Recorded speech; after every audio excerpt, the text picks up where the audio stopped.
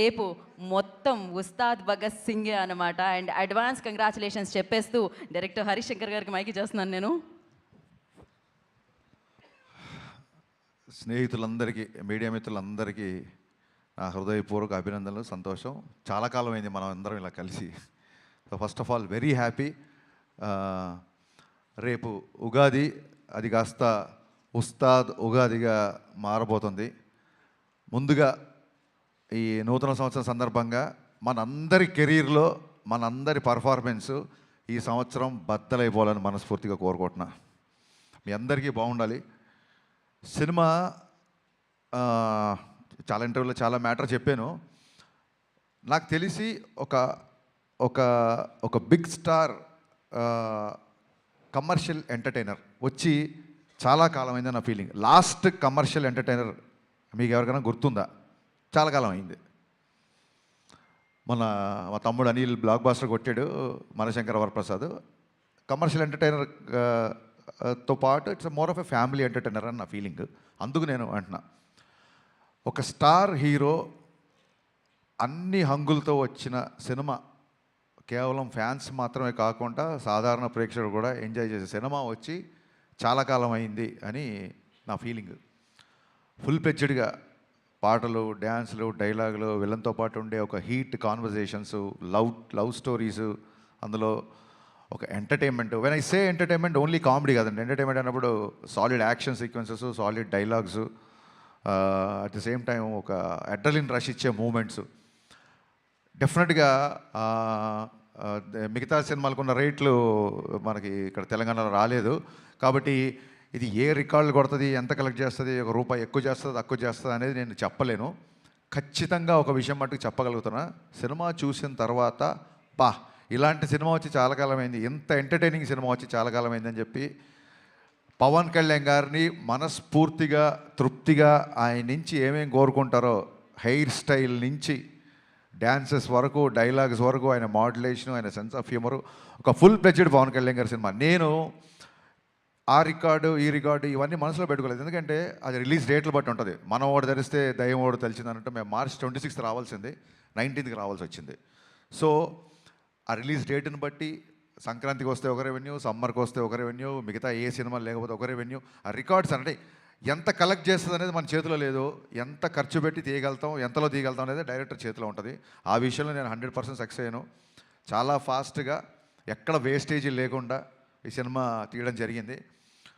నా unedited length, first half edit చేయకముందు వచ్చిన లెంత్ 1 hour 19 minutes.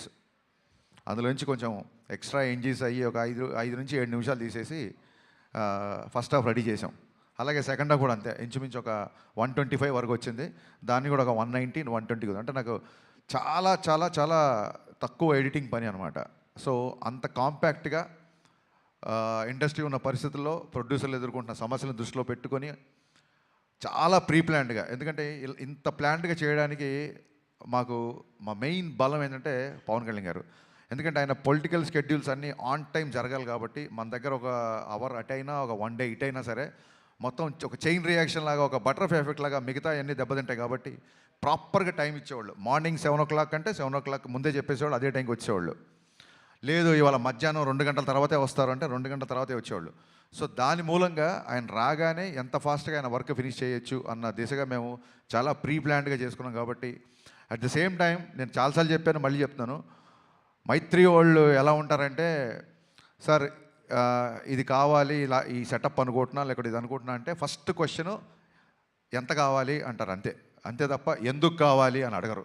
ఇలాంటి ప్రొడ్యూసర్లని కాపాడుకోవడం, ఇలాంటి ప్రొడ్యూసర్లు 10 కాలాల పాటు ఇండస్ట్రీలో ఉండడం, వీళ్ళు మరిన్ని సినిమాలు తీయడం అనేది ప్రతి డైరెక్టర్ బాధ్యత, నా స్ట్రాంగ్ ఫీలింగు.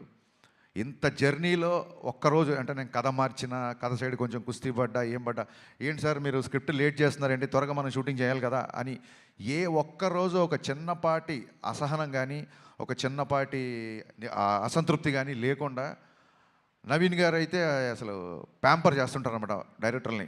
అందుకే వాళ్ళ బ్యానర్లో, అంటే నేనేదో స్పెషల్ అని కాదు, ప్రతి డైరెక్టర్ నేను అలా ప్యాంపర్ చేస్తుంటారు. అందుకే వాళ్ళ బ్యానర్లో అందరు డైరెక్టర్లు సినిమాలు చేస్తున్నారు, ఇంకా చేస్తుంటారన్న నా ఫీలింగ్. సినిమా ఫినిషింగ్ వచ్చేసరికి అప్పటికే చాలా ఖర్చు అయింది. సినిమా డిలీట్ దాన్ని ఏమంటారు, డిలే అయింది. ఈ ఈ ప్రాసెస్లో సాంగ్స్కి అంత ఖర్చు పెట్టడం అనేది అసలు సహజంగా ఎవరు ఒప్పుకోరు. నేను 500 మంది డ్యాన్సర్స్తో అనుకుంటున్నాను సార్. ఎత్తరా కాలర్ రాగానే కొంచెం ఫస్ట్ థియేటర్లోకి జనాలు రాగానే కొంచెం బాగుండాలి సార్ అంటే 1500 డ్యాన్సర్లు ఇచ్చారు. నేను మామూలు సెట్ అడిగితే వాళ్ళ కెరీర్లోనే మైత్రి మూవీ మేకర్స్లోనే ఎవరు అయినంత పెద్ద సెట్ వేసి ఇచ్చారు. సార్ చాలా రోజుల తర్వాత పవన్ కళ్యాణ్ గారు డ్యాన్స్ చేస్తున్నారు, పవన్ కళ్యాణ్ గారిని చూడాలంటే మరి ఆ సెటప్ కూడా అలాగే ఉండాలి కదా సార్ అని చెప్పి దేక్లేంగే సాలా కానీ ఎత్తరకాల 2 సాంగ్స్ కానీ నేను అడిగిన దానికంటే ఎక్కువ ఇచ్చారు. నవీన్ గారు, sincere my heartfelt thanks అండి. మీరు లేకపోతే, రవి గారు లేకపోతే ఈ సినిమా ఇలా అయితే వచ్చేది కాదు. అంటే ఆయన ఏదో నన్ను పొగుడుతుందని ఆయన పొగుడుతుందని కాదు, కానీ అసలు ప్రొడ్యూసర్లో చేయాల్సిన పనిలో 90% ఈయన ప్రొడ్యూసర్ లాగానే బిహేవ్ చేస్తారు. అంటే maybe confidence on himself or confidence on నేను పవన్ కళ్యాణ్ గారి సినిమా, హరిశంకర్ సినిమా చేస్తున్నాను, కానీ he demands and he make sure that there is no wastage. మాకు ఏదైనా ఒక 5% కానీ 95% ఆయనే కంట్రోల్ చేయాలి. He is a producer director. అది 100% ట్రూ. థ్యాంక్ యూ అండి. Thank you sir. ఇంకా రవి గారు, నవీన్ గారు తర్వాత అంత ఇదిగా డైరెక్టర్తో ట్రావెల్ అయ్యే ప్రొడ్యూసర్ మా రవి గారు.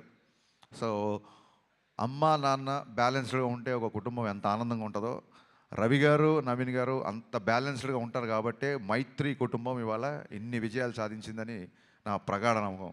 రవి గారు అయితే అసలు 2 గంటలకు ఫోన్ చేస్తారు, 3 గంటలకు ఫోన్ చేస్తారు, మార్నింగ్ ఫోన్ చేస్తారు. రవి గారు అన్నీ చాలా ఆడ్ టైమింగ్స్ ఉంటాయి. ఆయన ఎప్పుడు పట్టుకుంటారో నాకు అర్థం కాదు. ఎనీ టైం అవైలబుల్ ఉంటారు. రవి గారు మోర్ దెన్ బ్రదర్. అంటే నాకు ఒక ఎమోషనల్ బాండింగ్ ఉంది అంటే అది మా రవి గారితోనే. So thanks. మైత్రి సంస్థ గురించి ఎంత చెప్పినా తక్కువే. థ్యాంక్ యూ సో మచ్ అండి మళ్ళీ వన్స్ అగైన్. ఇకపోతే లాస్ట్ మినిట్లో ఒక హీరోలాగా ఎంటర్ అయిన మా బావకి, తమన్కి మనస్ఫూర్తిగా కృతజ్ఞతలు చెప్తాను. ప్రీపోన్ అయిన తర్వాత నా సైడ్ నుంచి ఏం లేదు, నేను ఒకసారి వెళ్ళి అడుగుతాను. మనం అడుగుదాం సార్, మనం ఆల్రెడీ తను చాలా లాస్ట్ మినిట్లో తీసుకొచ్చాము. మళ్ళీ ప్రీపోన్ అవుతున్నప్పుడు నేను, నవీన్ గారు, రవి గారు తమన్ దగ్గరికి వెళ్ళాము. ఇలా డిస్ట్రిబ్యూటర్లు, ఎగ్జిబ్యూటర్లు అందరూ ప్రీపోన్ చేద్దాం అంటున్నారు. నీకు అసలే చాలా తక్కువ టైం ఇచ్చాను, అందులో నుంచి ఇంకో 1 వీక్ వచ్చేస్తాను. ఎందుకంటే 19th సినిమా రిలీజ్ అవ్వాలంటే ప్రింట్ చూడడానికి 19th, కానీ తమనికి ఇంకో 3 రోజులు తక్కువే ఉంటుంది. ఓవర్సీస్కి అతని డెడ్ లైన్ వచ్చేసి 16వ తారీఖే. సో నేను టెన్షన్ పడిపోయా. ఫస్ట్ మామూలుగానే 26th అనుకున్నాం, 19th అంటే 19th కదా, 26th కల్లా సౌండ్ రెడీ అయిపోయి ఓవర్సీస్కి వెళ్ళిపోవాలి. చాలా తక్కువ టైం, ఆల్మోస్ట్ 12-13 రోజులు టైము. బాబా నాకైతే నీ చాయిస్తో వెళ్దాం అనుకుంటున్నాను, నేను నువ్వు చెప్పు నీ కంఫర్ట్ అన్నప్పుడు ఆయన ఒక్క సెకండ్ కూడా ఆలోచించలే మావాడు. ఓకే చేసేద్దాం, ఏముంది ఇంకో 2-3 గంటలు ఎక్కువ కష్టపడదాం అన్నాడు. Thank you Baba, hats off. 10-12 రోజుల్లో ఇంత పెద్ద భారీ కమర్షియల్ సినిమాకి పాటలు అంటే అయిపోయింది, ఫైట్లు, ఎంటర్టైన్మెంట్ పోనీ అంటే ఒకటే జోన్లో ఉండే సినిమా కాదు ఇది. రకరకాల ఎమోషన్స్, విలన్తో ఉన్నప్పుడు ఒక సీరియస్నెస్, యాక్షన్ సీక్వెన్సెస్, రాశికన్నతో వచ్చే ఎంటర్టైన్మెంట్, శ్రీలీల గారి క్యారెక్టరేషన్, అన్ని ఎమోషన్స్ ఉన్న సినిమాకి బ్యాక్గ్రౌండ్ స్కోర్ కేవలం 12-13 రోజుల్లో కొట్టేసాడండి. నిన్న చూసిన తర్వాత తమన్ పర్ఫార్మెన్స్ బద్దలైపోయిందని బయటకు వస్తారు. ఫస్ట్ సినిమాల నుంచి బయటకు వచ్చినప్పుడు తమన్ గురించే మాట్లాడుకుంటారు. ఇందులో నాకు ఏ మొహమాటం లేదు, తమన్ గారి గురించే మాట్లాడుకుంటారు first. Thank you Baba, thank you, so sweet of you. లైఫ్లో నువ్వు చేసిన ఈ మేలు, నీ సహాయం నా రైట్ టైంలో నా పక్క నిలబడి నాకు ఇచ్చిన ఈ ధైర్యం నేను జీవితంలో ఎప్పుడు మర్చిపోలేను. Love you boss, love you.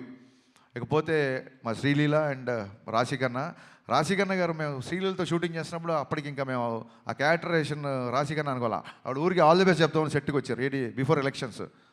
వచ్చినప్పుడు మనం పనిచేయాలి హరీష్ అంటే, యా రాశి మనం కూడా పనిచేయాలి అని చెప్పి ఇద్దరం అనుకున్నాము. మేబీ తన మేనిఫెస్టేషన్ నా మేనిఫెస్టేషన్ తెలీదు. 2.5 సంవత్సరాల తర్వాత అనుకోకుండా ఆ క్యారెక్టర్కి మళ్ళీ రాశికన్న గారు వచ్చారు. సో అన్నీ కుదిరినాయండి. ఇంకా శ్రీలీల గారి గురించి మొన్నే చెప్పాను నేను, చాలా చాలా చాలా ఇంటెలిజెంట్. మిగతా విషయాలు ఆవిడ గురించి ఎవరిని అడిగితే నేను Q&Aలో చెప్దాం అనుకుంటున్నాను. ఫ్రీ ఈవెంట్ లాగా మళ్ళీ ఎక్కువసేపు క్లాసులు విగుతున్నాను. అనుకోకపోతే ఈ సినిమాకి అడిషనల్ ఫోటోగ్రఫీ 2 సాంగ్స్ ఇచ్చిన మా కెమెరామెన్ రవివర్మన్ గారికి, అలాగే సినిమా మొత్తం సినిమాటోగ్రఫీ చేసిన మా కెమెరామెన్ అయినంక బోస్. ఈ సినిమాకి 2 కెమెరామెన్లు, 2 మ్యూజిక్ డైరెక్టర్లు, 2 ప్రొడ్యూసర్లు, ఇద్దరు హీరోయిన్లు. సో ఇదేది ప్లాన్ చేసింది కాదు, అన్నీ అలా కుదిరిపోయినాయి. ఇంకా మీ సహనాన్ని పరీక్షించకుండా నా టెక్నీషియన్స్ కానీ ఇంకెవరైనా కానీ మర్చిపోతే మనస్ఫూర్తిగా క్షమించండి. ఆ, మళ్ళీ చెప్తున్నాను, ఈ కలెక్షన్స్ నెంబర్ గేమ్లో పడి ఒక చిన్న డిస్టర్బ్ అయ్యే ఛాన్స్ ఉంది కాబట్టి నేను చాలా రోజుల నుంచి వీటికి దూరంగా ఉండే ప్రయత్నం చేస్తున్నా మ్యాక్సిమం. ఎవరికైనా ఇప్పుడు 100 రోజులు, 50 రోజులు, 250 రోజులు సిల్వర్ జూబ్లీ ఫంక్షన్ లేవు కాబట్టి సినిమా యొక్క హిట్ అనేది కలెక్షనే పారామీటర్ కాబట్టి ఏ డైరెక్టర్కైనా ఆ కలుపుకోవాలి లేకుంటే తీసుకోవాలని ఉంటుంది. కానీ ట్రయింగ్ చూడండి, మానవ ప్రయత్నం అంటారు కదా. సో నేను చెప్పదలుచుకుంది ఏంటంటే, థియేటర్లకు వచ్చిన ప్రేక్షకుడు మామూలు సినిమా లవర్, మామూలు సినిమా గోవర్, థియేటర్లకు వచ్చిన వాళ్ళు ఇలాంటి ఎంటర్టైనింగ్ సినిమా, ఇలాంటి ఒక కంప్లీట్ సినిమా చూసి చాలా కాలం అయింది అని చెప్పి 10 మందికి చెప్తారు. ఫ్యాన్స్ అయితే ఖచ్చితంగా మళ్ళీ మళ్ళీ మళ్ళీ చూస్తారు. బేసిక్ ఇంక్లూడింగ్ సినిమా యొక్క నిడివి, సినిమా యొక్క ఫూటేజ్ నుంచి కూడా ఇది రిపీట్ ఆడియన్స్ చూసేలాగే నేను ప్లాన్ చేశాను. సినిమా 2.5 గంటల లోపే ఉంటుంది. ఖచ్చితంగా రిపీట్ ఆడియన్స్ ఉంటారు అని మనస్ఫూర్తిగా నమ్ముతున్నాను. దురంధర్ సినిమా గురించి కూడా చాలామంది అడుగుతున్నారు. మీరు అడగముందే అది క్వశ్చన్ అంతా అడుగుతారేమో. మళ్ళీ మళ్ళీ చెప్తున్నా, చాలామంది పాతిక ఎనిమిది ఉన్నారు కాబట్టి. Aditya Dhar is a very very very potential director. And ఒక not only Dhurandhar, Uri cinema నుంచి been great admire of his work. And వాళ్ళ జోనర్ వేరు, మన జోనర్ వేరు. So I feel it is not a competition of cinema from 19th Ugadi. It is going to be the celebration of cinema. Thank you so much. Thank you so much Harishankar గారు. మీకు ఉస్తాద్ ఉగాదికి ముందుగానే happy Ustaad Ugadi. And prepone right టైంకి అయిందండి ఇది. Ugadi start Bhagat Geetha Bhagat చూడండి. Thank you. కాదు, Ugadi starts with U కదా. No, Ustaad Ugadi U by A. మామూలుగా ఉగాది యూతో- రాసేటప్పుడు స్పెల్లింగ్లో యూ కదా. యూ. ఉస్తాద్ యూ. మీరు అన్లిమిటెడ్ అల్ట్రా అమేజింగ్ సక్సెస్ అందుకోవాలని మనస్ఫూర్తిగా కోరుకుంటున్నాము.